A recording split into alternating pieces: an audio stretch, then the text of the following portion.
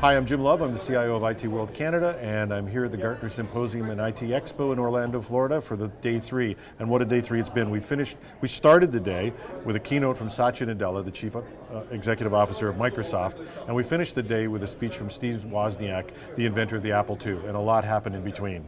The first thing we did was we snuck off and got a preview of Windows 10. We had a separate video on that we're going to post on IT Business, and it's a very early demo, and I had to get special permission from Microsoft to show it to you. As long as you all agree that this is very early and things could change, you can look at the video. Without that, you can't look at it.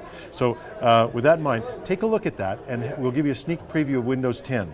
But the one thing that struck me most about Windows 10 was the attention to not big new functions, not wow functions, it was the attention to the user experience. The biggest changes were not about creating a fantastic new function, they were about making a fantastic user experience. And from the same way, they presented the screens to the idea that one operating system could operate from your mobile all the way up to the Surface tablet and everything in between, and so you'd have the same experience, a predictable experience. That was the design of this new Windows 10.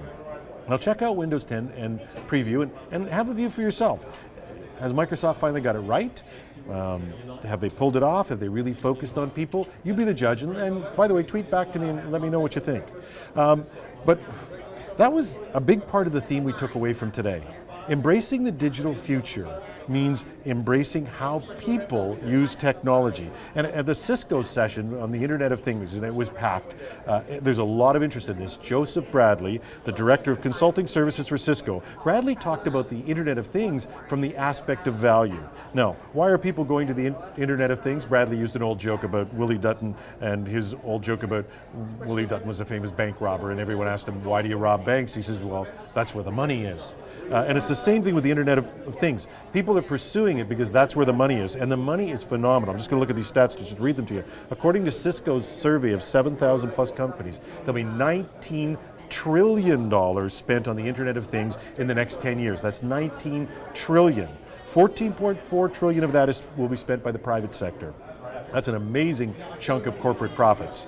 But it's not just the private sector. The public sector is aimed at $4.6 trillion spent in the public sector. And by Cisco's estimates, that's 1/3 of the productivity of the public sector over that period, the period of 10 years. But spending, and this is where Bradley got it right, spending is not value. How do you measure the value in these investments? Well, it's not in the technology, according to Bradley. People talk about the number of connected things, but connecting things doesn't add value. According to Bradley, and I have to agree, value is created when things that are connected give information. And that's still not value. When the information goes to people, and that's still not value, but when people use that information to do something they wouldn't otherwise have done, that's value. And that's an important piece that's in there. So Bradley gave a brief example, just to make this home to you. A parking meter, which Cisco calls a dark asset if it's not connected. A parking meter adds no value, right? But if you added a connection to somewhere on that parking meter, are you adding value? No. You know, a connected meter is not value, there's no value created there. Only when the information from that meter is used to do something. A consumer can find a parking spot by reading a device in his car. A parking guard can go and issue a ticket because there's been a violation. When a human takes an action, that is where value is created.